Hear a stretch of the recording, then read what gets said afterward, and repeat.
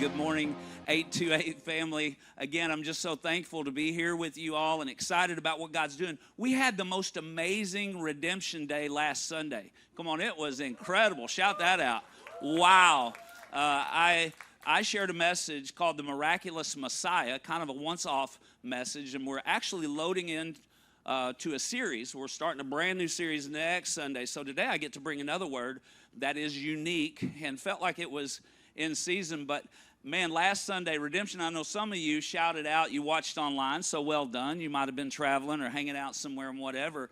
And then last Sunday night, worship night was unbelievable. We had, come on, shout that out too. We had such a good time in this house. And if you missed that, don't worry. We're trying to create a regular rhythm where we do worship nights and spend that time together.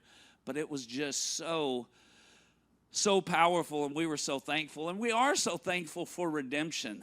And aren't you? Come on, back me up a little bit on that point. I mean, just so thankful for the work of redemption in our lives. And I will admit, though, that that message titled The Miraculous Messiah, which I thought was completely God and totally timely, came after one of the toughest messages I've probably ever shared.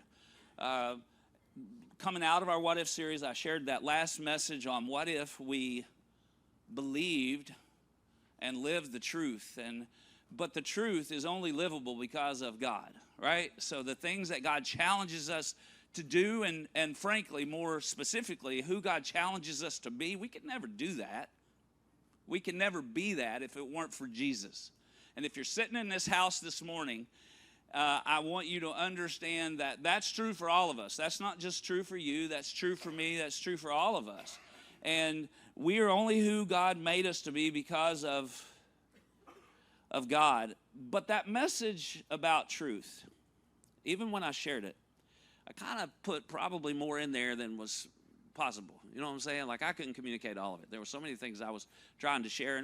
And probably the part of the message that on some level I thought might be the most challenging had to do with things that God really doesn't will for us to do or be or participate in. Kind of those, if you will, those areas where it's what we shouldn't do, that we're trying to know and understand, that we shouldn't be, that we're trying to know and understand. Because the world will lie to you about that. The enemy will lie to you about that. But I landed it with just sharing a good bit about things that we are meant to do and be. Come on, I mean, it's not just things that we need to omit from our lives, but things that we need to commit to do and be in our lives. And so I landed that message. I know a lot of you might not have heard it, but I landed that message just talking about the go passages, which are a big deal to me. So that's where I'm going today, in case you're wondering. Where is he going right now? Well, I hope I find out soon. Just kidding. Thanks for that laugh.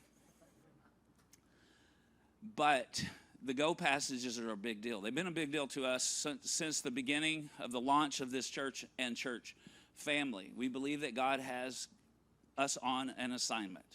And when you think about the go passages, what you talking about right now, brother? I don't even know what you're talking about. Well, there's Mark 16:15, which is the one I quote the most, which simply says, go into the whole world and proclaim the gospel to the whole creation. And I joke, man, that is the most significant command you can possibly imagine. Go everywhere and tell everyone the most important message in the history of history. That is some sort of an assignment right there. And if you're a Christ follower today and you're hearing what I'm saying, that's you. That's your assignment. That's our assignment. Of course, the other passage we point to comes from Matthew 28. We refer to it as the Great Commission. And it's similar. Go make disciples of all nations, baptizing them in the name of the Father, the Son, and the Holy Spirit. Teach them all things I've commanded you. And hey, don't even sweat it, because I'm going to be with you when you go. Like, right? King James Version, everybody. Lo, I'm with you always, even to the end of the age. We think about that. Like, that's our assignment as Christ followers, is to go make disciples. Not even just converts. What does a disciple mean? It means a follower of Christ. So I'm bringing a message as we launch into what we are excited about next Sunday, kind of getting going with a new series that will carry us through the first part of the fall, and I'll explain a bit about that in just a quick minute. But I wanted to share this once-off word, church family, that's really for us about our call to go. And not just to go, but the last go passage that I pointed to last week is found in Luke 14. And before I share that, let me give you our first takeaway for this morning, and that's just this. We should be compassionately motivated to introduce people to Jesus and the life we found in him. I believe that. That's me. I think what is our motivation? It's our compassion. It's the sense that God's loved us so well that we want to love others well. That we get to know God and that our lives have been transformed and impacted by his presence. And we don't want somebody to miss that. You ever find something you're like, oh my goodness, like you ate at this restaurant or there was just some product or, you're like, this is the best thing. And you want everybody you care about, you tell them. In fact, the truth is, even if you run into somebody, like right after you've had an incredible experience, like let's just say that this is true for us when we were in Southern Africa. So sometimes we have the opportunity to be in spaces where you might see some wildlife. And the big cats are always hard to see. They're hard to find. They can be pretty elusive.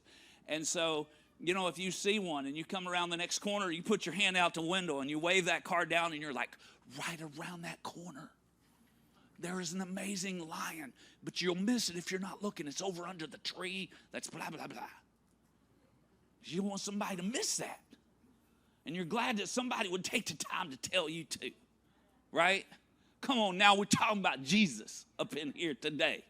We're talking about eternity up in here today. We're talking about life transformation up in here today. Come on. And we've been offered the opportunity to participate.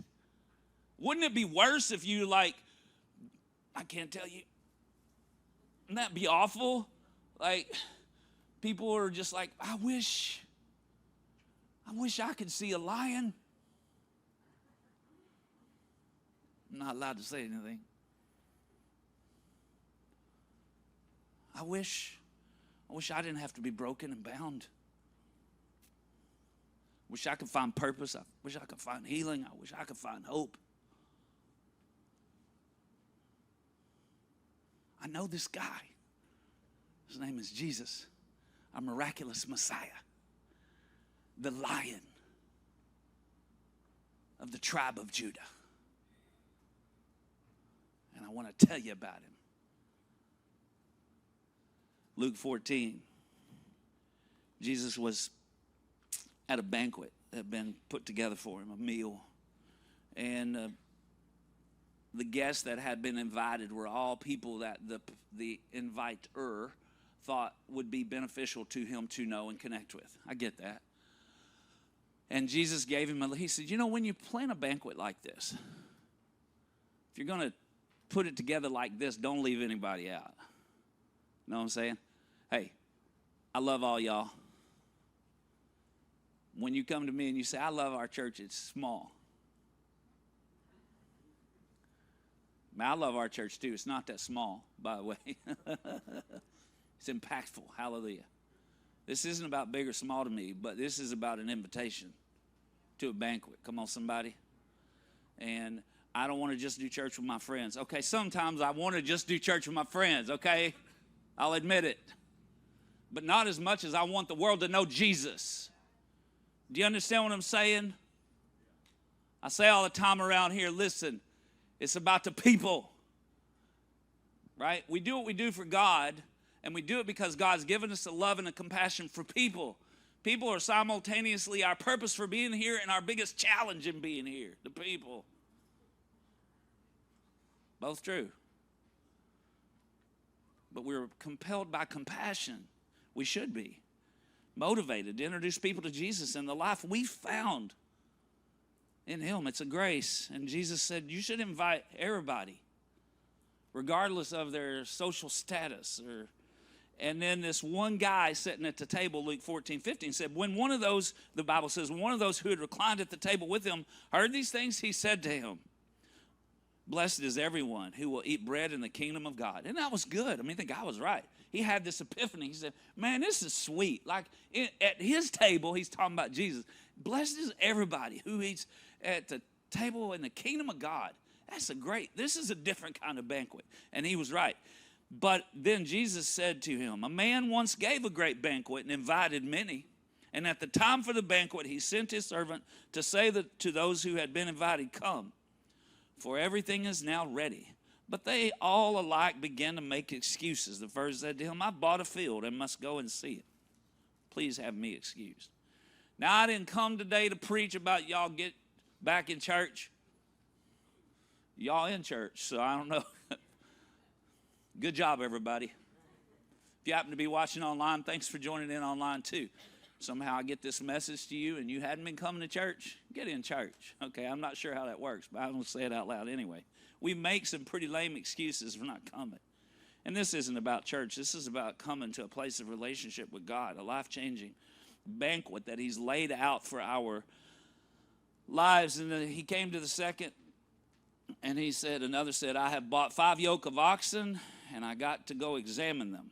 Please have me excused. Somebody say lame, and another said, I've married a wife, and therefore I cannot come. You should have thought about that before you married that woman. Help us, Lord. Or that guy. Okay, I don't know what that's about. So the servant came and reported these things to his master. Then the master of the house became angry and said to the servant, go out quickly to the streets and lanes of the city and bring in the poor and the crippled and blind and lame. And the servant said, sir, what you commanded has been done. And still there is room. Still there's room.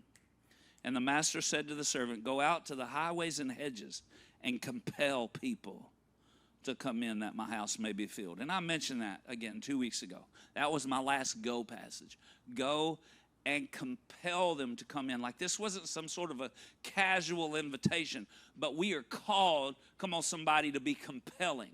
Now, I want you to understand where I'm coming from today is that that's our call as a church. Now, we are certainly meant to make disciples. I read that or referenced that already. But it was Oswald J. Smith who said, any church that isn't seriously involved in helping fulfill the Great Commission has forfeited its biblical right to exist. So we didn't just come up in here to have church and to be happy with who we have. And I love you all, and I'm thankful for you. But we are going for it here at 828 Church. We believe that this is our mission, to see the lost get found and the found be free. And I'm just not interested in just having church. Now, let me tell you something. Lately, God has been laying out a banquet. Oof. My. There's life transformation in this house. And we're going to pursue that. The series we're launching into next week is all about going deeper into that place of encounter with the Christ. I believe God's got big work he's doing and wants to do here, and I don't plan to get in his way.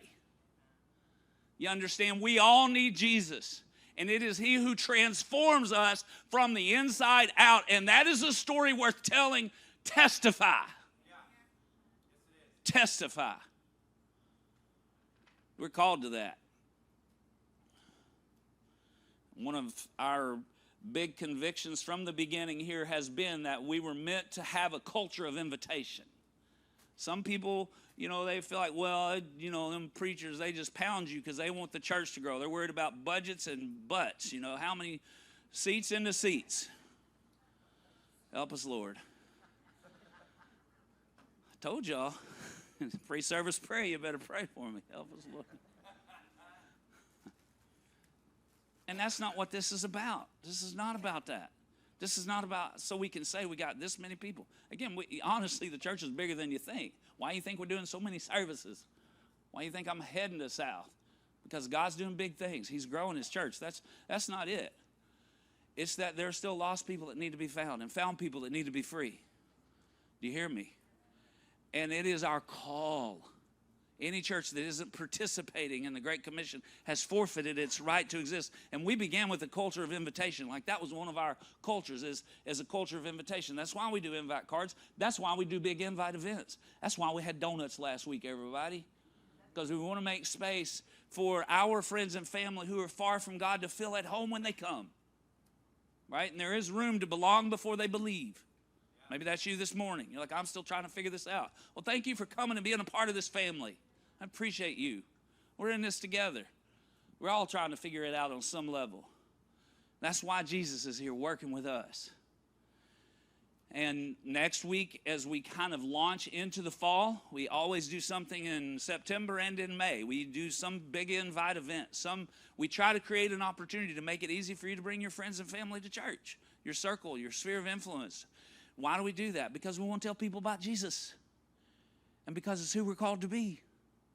That's why. I mean, we love it when the preacher preaches about the sins that we're not struggling with anymore. Yeah, you tell them, preacher. All right, well, this is in here. Go and compel them to come in. That's in the Bible, everybody. I am not going to win any popularity contests. I started to say I don't care, but it's not completely true. And another culture that we launched with them from the beginning was the culture for the open circle. And we're still working on that.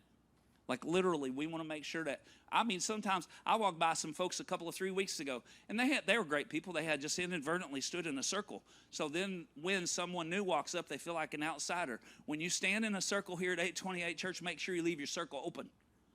There's always a space for someone else to walk up. Got room for one more friend. Make sure that when someone's coming, that you can see them coming. So you can make them feel welcome when they do. That's the culture of the open circle. We teach that here at 828 Church. And that's not just a physical posture. That's a posture of our hearts. That's not just how we stand. It's how we live. It's a strong conviction. William Booth, the founder of the Salvation Army, said this, not called, did you say? Because that's what we think sometimes. Let me interrupt my quote for a second and say that sometimes we'll be, yeah, but that's you, brother. That's you extroverts, or that's you, you professional clergy. I don't even know. Well, I didn't try to sign up for that, by the way. But that's y'all's job.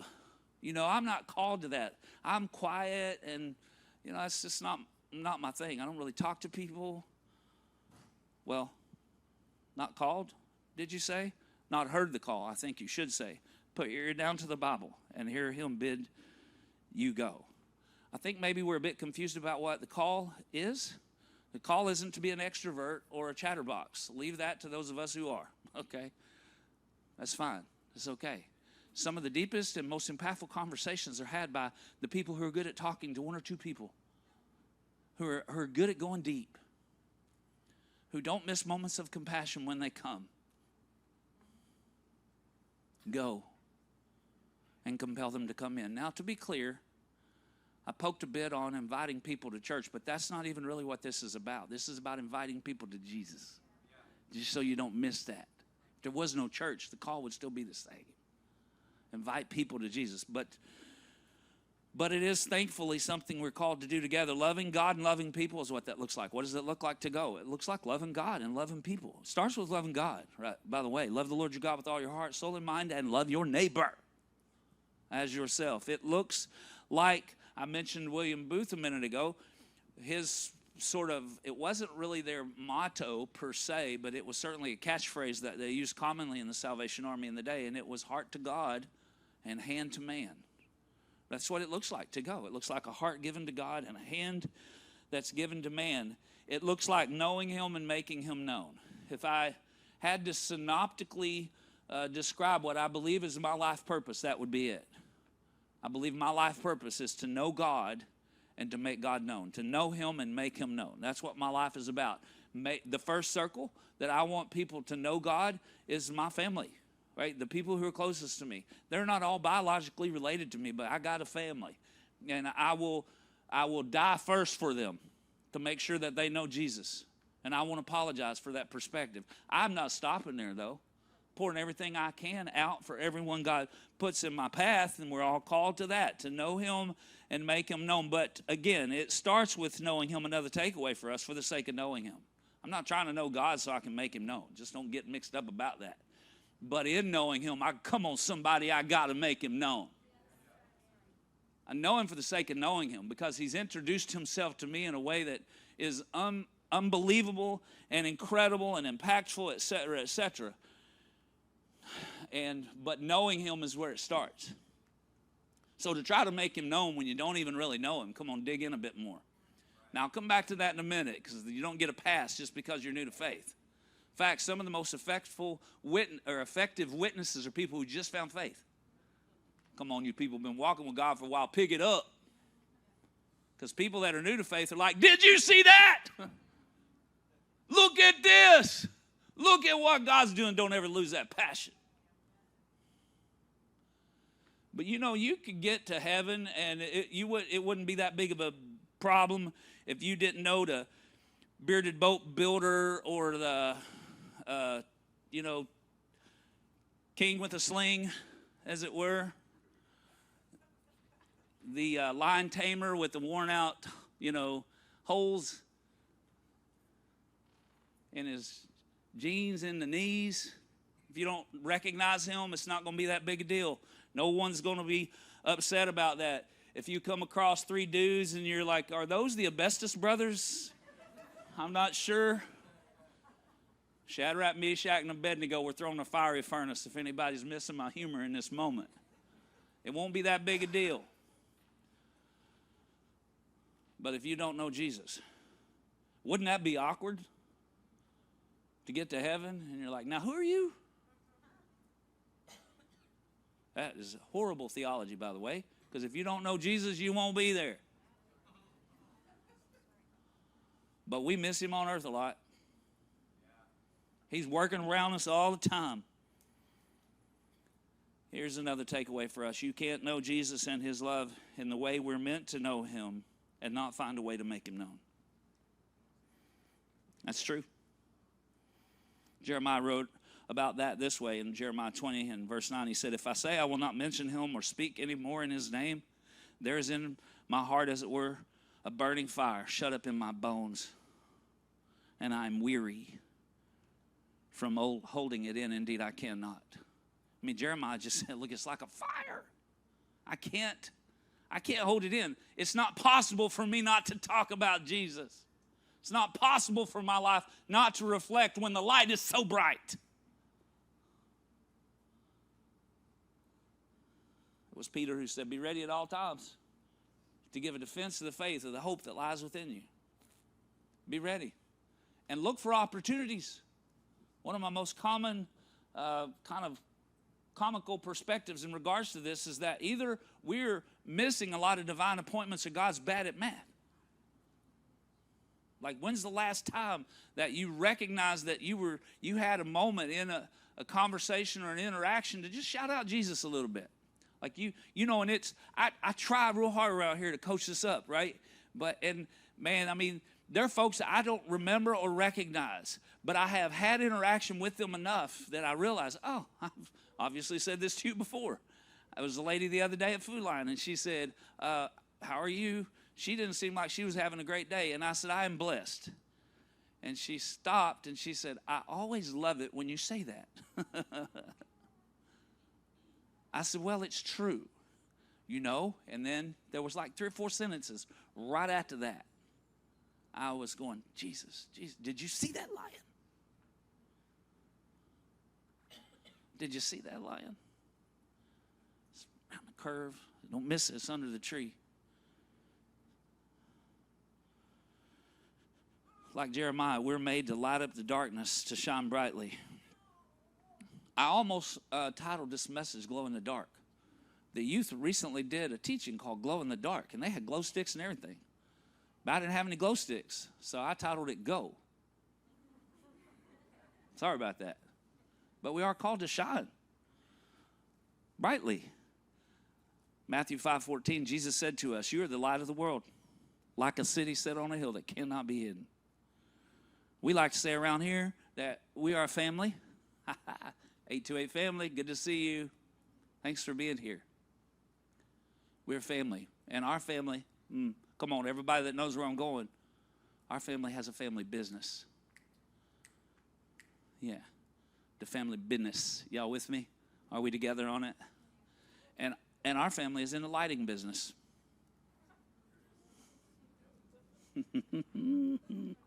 Yeah, thanks for laughing at that. Y'all are so sweet. I appreciate y'all. And here's the truth. We shine more brightly when we shine together. George H.W. Bush took a lot of heat back in the day when he talked about 1,000 points of light. He got picked on for that. What does that even mean? He was just shouting out the fact that what organizations can't do, when people work together, they can. That was about serving. Come on. Well, let's talk about that in the context of the kingdom. Come on, because the light we have is just a different kind of light. And shifting metaphors for a minute, another way that I often have taught that here is the conversation about orchards and trees. So when God called us to be a church, when he called us to 828 Church or to be a part of the big C church in the kingdom, we kind of had this epiphany. Karen and I were talking about how do you do that, you know? And kind of old school perspective in church was that there were just a few folks assigned to making church happen, you know, and shining, if you will, and everybody else gets to just sort of come and I don't even know, just sit in the light. I don't know. It was never what the word taught, right? But we sort of grew up a little bit in that kind of church culture, and we just had this epiphany. You know, if you want to plant an orchard, you can't go buy an orchard seed. They don't sell those. That'd be a cool seed. Just put that seed in the ground and boom. It's one tree at a time. It's as each person in the church becomes impactful that the church is then and therefore impactful. We were meant to shine in, through, in. That's right, we're meant to shine here. They don't know them by the love they have for each other.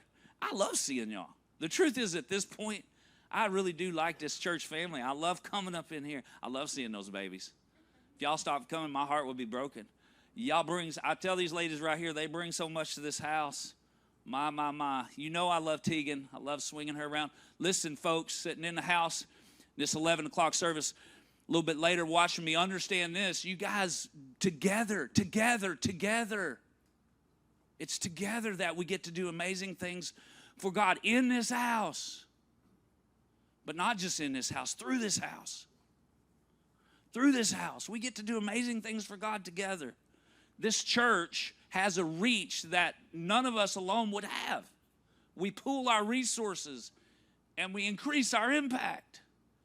But then we're meant to shine outside this house. It does not stop here. Each of us has our own sphere of influence, our own circle of friends, our own points of contact.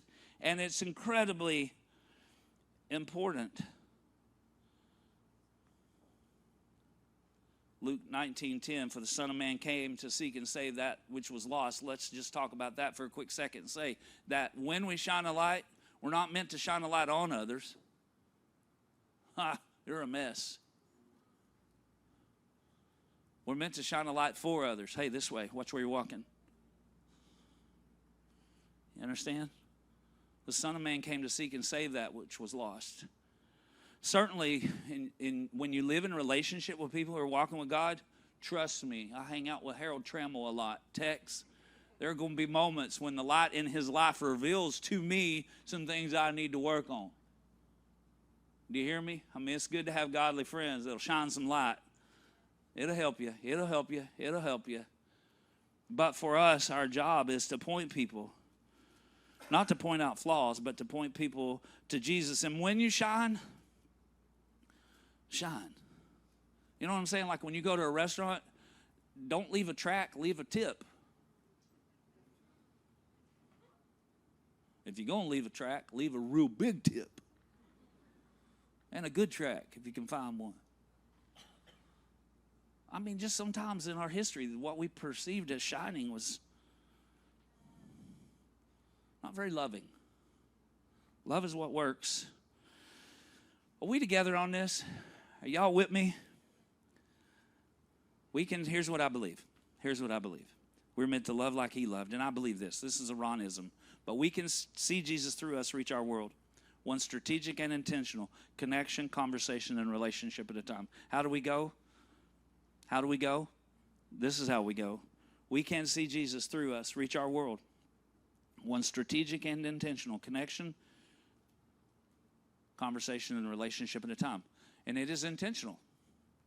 It's just paying attention. Like you paying attention. Okay, God, are you doing something? I said a minute ago. I don't think God's bad at math.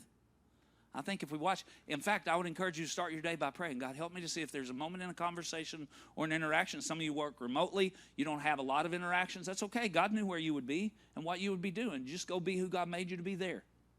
And just keep your eyes open. Some of the people that you get to love are the ones that maybe are the sharp edge somewhere else, right? And they're Christ followers. There's lots of ways to make this work. Do you hear me? One strategic and intentional connection, conversation, and relationship at a time, just following Jesus. And the most important part of that is the relationship. In fact, a follow-up conviction that I have in regards to that is this. Everyone should get to have a real relationship with a true God follower at least once in their lifetime. They shouldn't just be told. People who don't know God shouldn't just be told about Jesus. They should get to have a real relationship with a true God follower at least once. At least once. Because that's a game changer. It's a game changer when someone gets to know who you are and the life you've lived and the challenges you've faced and the deliverance and healing you've experienced from God. That's a different kind of story. And it is all in the context of God's word. It's not outside of this book. It's not a recreation. It's a testimony of his faithfulness to us in this from his word. 1 Corinthians 2, 1 through 2. I'm getting close. Thanks for being so patient with me on a word that is one that I have so much passion about, frankly. This is a big deal to me. 1 Corinthians 2, 1 through 2. When I came to you, brothers, I didn't come proclaiming to you the testimony of God with lofty speech or wisdom. In fact, I decided to know nothing among you except Jesus Christ and him crucified. I tell you all the time, man, if you'll bring people to 828 Church, I'll help you out. That's all I'm trying to say. If you'll bring them here. Listen, you tell them about Jesus when and wherever you can, but if you're struggling, bring them here. Tell them that the coffee's good, because it is. Tell them that the family is fun, because it is. And I'll tell them about Jesus. I'll help you out. Share one of those crazy videos that gets posted on Instagram. Do whatever you got to do. I will try to help you. I will. We will. Tell them about Jesus. Nothing is more meaningful than sharing firsthand how God's word and will have impacted your life. No, nothing. Did you hear what the preacher said? Nothing is more impactful than sharing firsthand how God's word and will have impacted your life, your testimony. And if you think that, well, I'm just barely getting started. I have very little that I've learned so far from God. It doesn't take lofty speech, just a real testimony. And trust him. Trust him. Trust him. Don't talk about what you heard someone else say was true. Trust him yourself. Trust him yourself. You know, I always like to use an analogy in regards to that. I'm going to go tie tack on this mic for a minute. I don't have a tie, so this is how it's about to work. I'm going to put that right there. The sound guy's going, that is not possible. That's all right. I'm back.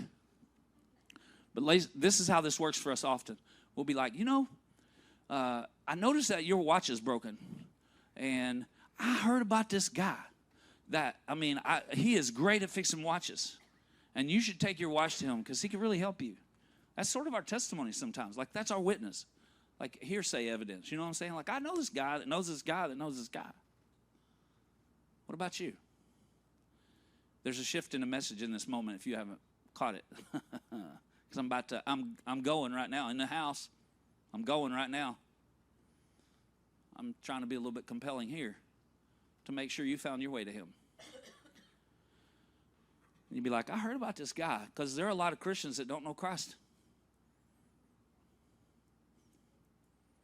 He can fix your watch. I noticed your watch is broken, and you should take it to him. He's really good. My watch also is broken. It's frustrating. I mean, it looks cool, but, I love to be on time to my meetings, and so I'm taking mine to him right now. But there he is now. I'm going to give my watch to. This guy right here is so good. He is so good at fixing watch. Hey man, it's good to see you. So I'm going to give him my watch because my watch is broken too, like yours, and I keep being late for meetings, which is a little frustrating because I know this guy that can fix watches, but my watch isn't fixed yet, but I'm going to give it to him. So he's going to fix it for me because it's broken, and I need my watch to work because my watch is broken, and I hate to be late.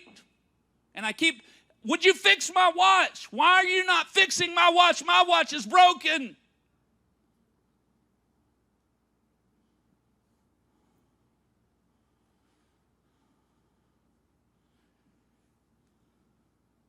Here you go.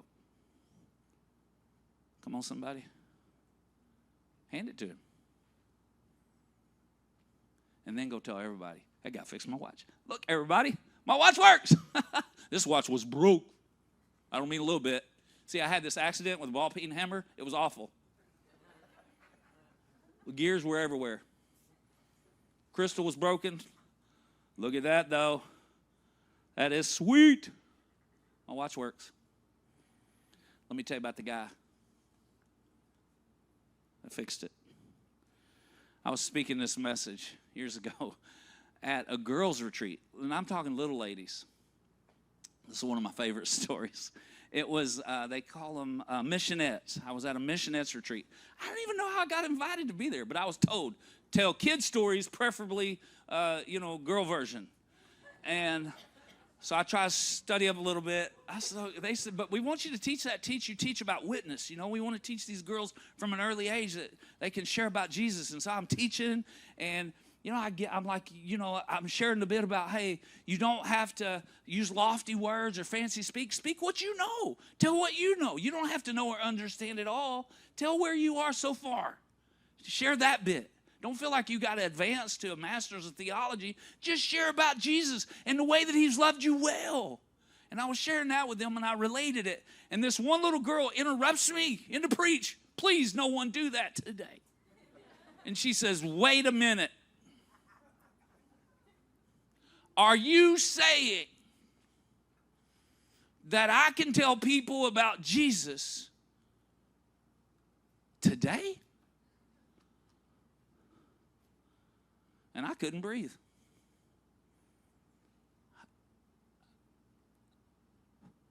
I said, yes. Yes, I am.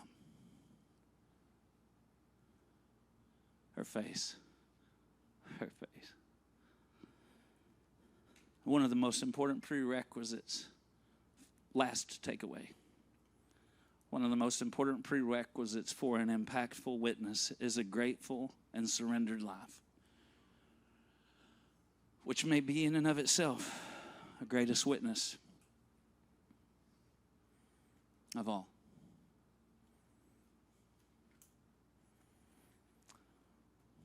Paul wrote to the Romans in Romans 1:14, said this, for I have a great sense of obligation to people in both the civilized world and the rest of the world, to the educated and the uneducated alike, so I'm eager.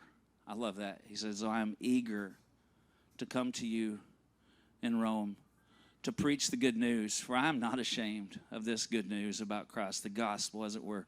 It is the power of God at work, saving everyone who believes. I'll finish with a story and a poem. Surprise, surprise. One of my favorite all-time ministers to study is, I love to study D.L. Moody. D.L. Moody was an amazing minister from the 1850s and forward, and I share from his life occasionally around here. I have a couple of his biographies, and he was saved as a teenager, and he immediately became someone who intentionally shared Jesus. He was credited with starting the Sunday school movement, kids' church, like bringing kids to church. And he brought kids to church that were on the streets in this huge church in Chicago. And lots of people liked it and some people didn't.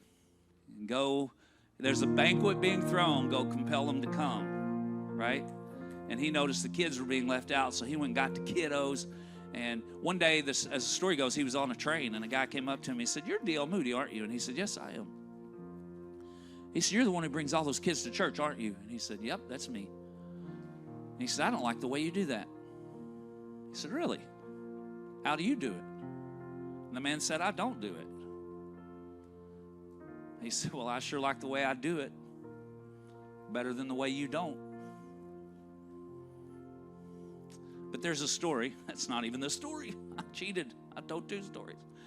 He tells a story in one of his preaches about a saintly gentleman that lived by the side of a road. It was in the day of ox carts and such. And this man lived in a little house, just a little cobblestone house on the side of a road. And he had an awesome spring that was at his house. And he was able to care for himself there. But he had some significant physical limitations. He really didn't go anywhere. But he just had been introduced to Jesus and developed this deep love and relationship for God. And he got to the Luke 14 passage and he felt so convicted because he said, God, but I can't go. I'm not capable. It's not possible for me to go. And he had a prayerful vision where he felt like God said, but travelers come by here all the time. And so he went, he used his meager allowance, and he hired someone to tear down a bit of the rock wall and take the rocks from the wall. And they built a little well around the spring, and they dug down, and he hung a little ladle on a hook. And he had them to create for him a seating area just out of stones. He even hired someone to move his little cobblestone house closer to the road. And then for the rest of his life, as travelers came by, he would offer them water. Water? Would you like some water? And a seat in the shade? And then they would sit and he would just tell them about how good God had been to him. Tell them about Jesus. There was one renowned evangelist that came through there all the time, preacher that came through all the time, and he would stay. Even sometimes he made a bed for him, and he would stay with the little man on the side of the road. And he came through once, and he found the man sick and in bed. He wasn't able to get out of bed anymore. And people were trying to come, from the area, and they were concerned for him. And it was only but just a few hours, and the little man had passed away. And the preacher said that as he had passed away, people just started to file through, leaning over, weeping, saying, thank you. You're the one. You're the one who told me about Jesus. And he said the procession lasted all night long. People kept coming and coming and coming. And then he drifted off to sleep just as the sun came up. And in his sleep, he had a dream and a vision of the little man as he entered into the kingdom. And the man came into heaven now, physically capable. But he said to God, he said, I'm so sorry that I have no crown. We take our crowns and we lay them at his feet. And I'm so sorry I have no crown. And the Lord retorted, no crown. He said, I'll make for you a crown from all the jewels and gems. And the man said, jewels and gems, and his hands were full, and his cloak was covered. And he said, where did these come from? Those are the tears of those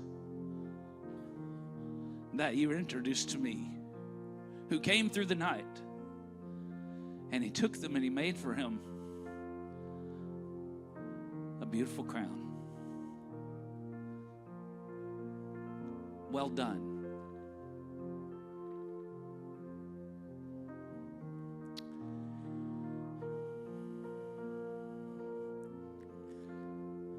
Come on, worship team. So, I'd like to tell you about an invitation to a banquet beyond compare. All the seats are at the king's table, and the best seat is for everyone there. More a buffet than a meal or a party, with provision and blessing for life. Everyday burdens are welcomed, but lightened, where the Father serves up peace for our strife. The main course, the gift of forgiveness with grace and mercy and more. A full menu, redemption always an option since the day that Jesus opened the door. To all who would come, he says, enter. He covered our cost on the cross. He just asked that we all share the invite so that no one would have to live lost. If you think that you can't find the way there, come, let's go there together today. I'm a regular at the King's table, thankful for others who showed me the way.